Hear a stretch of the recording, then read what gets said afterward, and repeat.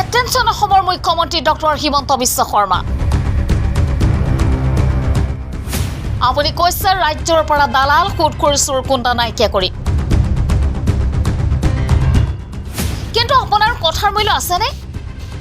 হয়, আমি ক'ব বিচাৰিছোঁ যে তিনিগৰাকী হাই প্ৰফাইল সুদখোৰ দালাল চোৰ আৰু গুণ্ডাৰ কথা। ৰ'ব তাৰ উপৰিও গৰু চোৰৰ আচল চৰিত্ৰ পোহৰলৈ আহিছে। ধুবুৰী জিলাৰ চাপৰ থানাৰ অন্তৰ্গত হৰ্টেমাৰা গাঁৱৰ মনিৰুদ্দিন, ৱাহিদ, নৌচাদ আলী আৰু মইনালৰ পুনৰ কলা পৃষ্ঠা পোহৰলৈ আহিছে। যি সময়ত বিজেপি চৰকাৰখনে দালাল সুদখোৰ চোৰ গুণ্ডাৰ বিৰুদ্ধে কঠোৰৰ পৰা কঠোৰ ব্যৱস্থা গ্ৰহণ কৰি আহিছে, ঠিক তেনে সময়তে চাপৰ হৰ্টেমাৰা গাঁৱত এই চাৰিগৰাকী সুদখোৰ দালাল চোৰ ডকাইতৰ দপদপনি দেখিবলৈ পোৱা গৈছে। এটি দুৰ্ভাগ্য পৰিয়ালক দীৰ্ঘদিনৰ পৰা হাৰশাস্তি দিয়াৰ অভিযোগ উত্থাপিত হৈছে। ভুক্তভোগীয়ে বাৰম্বাৰ চাপৰ আৰক্ষী চকীত এজাহাৰ দিয়াৰ পিছতো চাপৰ আৰক্ষীয়ে ৰহস্যজনকভাৱে দুৰ্ভগীয়া পৰিয়ালটোক ন্যায় নিদিলে। উপায়ন্তৰ হৈ ভুক্তভোগীয়ে সংবাদ মাধ্যমৰ কাষ চাপিছে। ভুক্তভোগী অসমৰ মুখ্যমন্ত্ৰীৰ লগতে ধুবুৰীৰ SP মহোদয়ৰ ওচৰত কাটৰ আহ্বান, এই চাৰিগৰাকী অভিযুক্তক অতি সোনকালে নাকি লগাবলৈ অনুৰোধ জনাইছে। কিয়নো আনুমানিক 6 মাহ ধৰি দুৰ্ভাগ্য আব্দুল বাৰেকৰ পৰিয়ালে নিজ গাঁওখন এৰি অইন ঠাইত থাকিব লগা হৈছে। এতিয়া প্ৰশ্ন হয়, এই বাতৰি চাই ধুবুৰীৰ SP মহোদয়ে কি ব্যৱস্থা হাতত ল'ব, সেয়া হ'ব লক্ষণীয়। বিচাৰ নহয় তাহলে মোক গুলিয়াই মাৰক, আমাক গুলিয়াই মাৰক, আমি বাধ্য আছো। মানে কাৰণ দুখিয়া মানুহৰ যদি সৰকাৰেৰ ওচৰত কোনো ন্যায় নাপাও, চাপৰ থানাৰ ওচৰত যদি ন্যায় নাপাও, মোক গুলিয়াই মাৰক, আমি প্ৰস্তুত আছো। তাও এনেকুৱা হাৰাশাস্তি মোক নকৰি। মোৰ নাম আব্দুল বাৰেক, মই হদ্দেমাৰা গাঁৱৰ মানুহ, দুখীয়া পৰিয়ালৰ মানুহ, মই দৰিদ্ৰহীন। মোৰ 2-3টা ল'ৰা আছে, সেই ল'ৰাবিলাক হাজিৰা কৰি খায়। তার নামত বিভিন্ন ধরনের ফাঁদ তৈরি করে চাপর থানাত এজাহার দিয়ে বিভিন্ন ধরনের ফাঁদ তৈরি করে নিউজ তৈরি করে। আলী আকবর এটা ভুয়া নিউজ করেছে, মই চকচকাত নাও চুরি করছু, চকচকাত গহনা চুরি করছু। কিন্তু মোর একটু সরকারের এনেকুৱা অনুরোধ যে যার নাও চুরি করছু, যার গহনা চুরি করছু, তার দ্বারাই একটু প্রমাণ করে দিও। ওয়াহেদ ভাই আগত মই যেতিয়া বাল্যকালত আছিলো,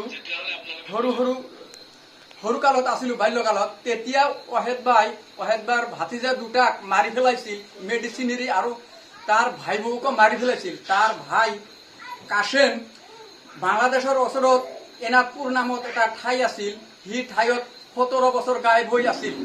তাৰপিছত আৰু এটা প্ৰমাণ, চাপৰৰ এটা 14 বছৰীয়া কিশোৰীক অপহৰণ কৰি লৈ তাৰপিছত চাপৰৰ ৰাইজে ধৰি তাক কিছু পাতলা পাতলি ডাং পেটুন দি চাপৰ প্ৰশাসনৰ ওচৰত দিছিল। চাপৰ প্ৰশাসনেও কিছু পাতলা পাতলি ডাং দি জেললৈ প্ৰেৰণ কৰে ধুবুৰী। আৰু মোৰ নামত এনেকুৱা ধৰণৰ মনিৰৰ লগত তাৰ কি সম্পৰ্ক আছে?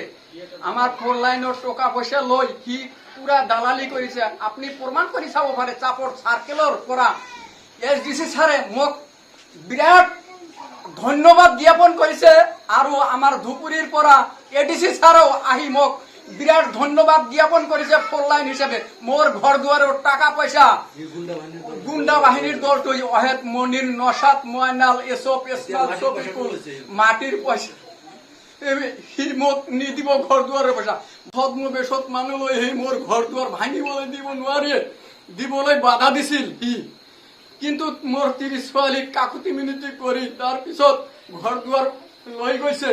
ইটো মই ধুবুৰী ডিষ্ট্ৰিক্টৰ SP মহোদয়ৰ ওচৰত মই অনুৰোধ জনাও, যদি গৰীব দুখীয়াৰ বিচাৰ নহয় তাহলে মোক গুলিয়াই মাৰক, আমাক গুলিয়াই মাৰক, আমি বাধ্য আছো। মানে কাৰণ দুখীয়া মানুহৰ যদি সৰকাৰেৰ ওচৰত কোনো ন্যায় নাপাও, চাপৰ থানাৰ ওচৰত যদি ন্যায় নাপাও, মোক গুলিয়াই মাৰক, আমি প্ৰস্তুত আছো। তাও এনেকুৱা হাৰাশাস্তি মোক নকৰিব। ওয়াহেদ ভাই, মনিৰ, নৌচাদ, মইনাল, এসব ইসমাইল, শফিকুল, আলী আকবৰ, মোৰ এইটো সৰকাৰেৰ ওচৰত নিলম্বৰ ভাৱে অনুৰোধ যে মোক গুলিয়াই মাৰক। এনেকুৱা হাৰাশাস্তি মই সহ্য কৰিব নোৱাৰি, নহলে মই আত্মহত্যা কৰি মাৰা যাম। 6 মাস ধৰে আমি ঘৰ ছাড়া। এইটো নিউজটো লগে মই যেতিয়া থানাত গৈছিলো, অফিচাৰৰ ওচৰত মই ফোন কৰিছিলো, অফিচাৰ থানাত নাছিল। সেই সময়ত অফিচাৰে মোক কৈছে যে কোৰ্টৰ পৰা কেছ কৰি আনা। তাৰ লগে ৰাতি 7টা বজাৰ লগে লগে সি নিউজটো ভেন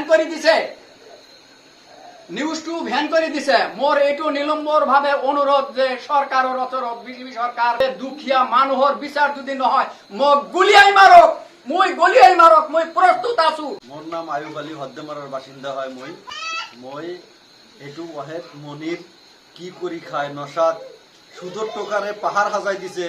যিমান 2 নম্বৰী বিজনেস আছে সিহঁতে পাহাড় সজাই দিলে, কিন্তু কাঠের বিজনেস বহুত ধরনের বিভিন্ন ধরনের চুরি চামারি। ময়নাল এটা লোক ইয়ার ভাতিজা, ই 1 নাম্বার গরু চোর হয়, আর সিহঁতে মনির আর ওয়াহেদ গরু চোরের মাফিয়া হয়, যেটা আমি জানা মতে আর কি। নহলে ইমান মানে অত্যাচার চলাই থাকার পাছতে মানে পুলিশেও কি করে থাকে কবাই নোৱাৰো। এনেকা অত্যাচাৰ চলাই আছে। আমাৰ 30 ছোৱালীক রাস্তাত আটকায়, সেইটো আমার ভিডিও ফুটেজ আছে, আমার লগত প্রমাণ আছে, আমার লগত বহুত প্রমাণ আছে। আমি কোর্টত কেস করেছো, আমার বহুত ধরনের এসপি কোর্টতো কেস করেছো, কিন্তু এসপি মহোদয়ক আমি একদম পরিপূর্ণভাবে মানে মই হাত জোর করে অনুরোধ করে আছো এসপি মহোদয় একটু ভাল করি তদন্ত করি, আর দুখিয়া মানুষ যদি কোনো আইনি সহায় বা কোনো ধরনের সহায় নাই তেনেহলে গুলিয়াই হত্যা করে মারি দিয়ক, কিন্তু গুলিয়াই হত্যা কৰি আমাক মাৰি দিয়ক। দুখীয়া মানুহৰ কাৰণে যদি কোনো আইনী সহায় নাই, সহায় সুবিধা নাই, আমি বিজেপি চৰকাৰক, হিমন্ত ছাৰকো অনুৰোধ কৰি কৈ আছো, সেইটো এনেকা কংগ্ৰেছৰ মানুহ হয় সিহঁতে। ওয়াহেদ আৰু মনেৰ কংগ্ৰেসেৰ 1 নাম্বাৰ দালাল হয়। এই কংগ্ৰেস দলকো মই কৈ আছো ইয়াক দলৰ পৰা নিলম্বৰ কৰবা লাগে ডাইৰেক্ট। এইগিলা মানুহ কংগ্ৰেস দলত ৰাখবা নোৱাৰা। এনেকা সুদখোৰৰ পৰা আৰম্ভ কৰি বহুত ধৰণৰ মানে সিহঁতৰ 2 নম্বৰী কাম চলাই থাকে। মোৰ এটা সৰকাৰি ঘৰ আছিল আমাৰ মাৰ নামত আলিমা বেগমৰ। এই ওয়াহেদ আর মনের নেতৃত্বত 12-13 জনীয়া গুন্ডা বাহিনীর দল আছে। আমার এটা সরকারি সাব সেন্টারি মানে ঘর আছিল। সেই ঘরটো মানে টিনর মানে ভাঙি একদম লন্ডভন্ড করে দিছে। আর আমার ঘরের বস্তু বাহিনী তালা ভাঙি বস্তু বাহিনী চুর করে লই মানে সিহঁতে আত্মসাৎ করে খাই আছে। কিন্তু আমি থানাত এজাহার দিছো। আৰু আমাৰ এই ডিএসপি মহোদয়ৰ ওচৰতে এজাহাৰ এটা দিছিলো, কিন্তু আমি মানে কোনো সহায় নাপালো, আমাৰ বস্তু বাহিনীও নাপালো এতিয়ালৈকে।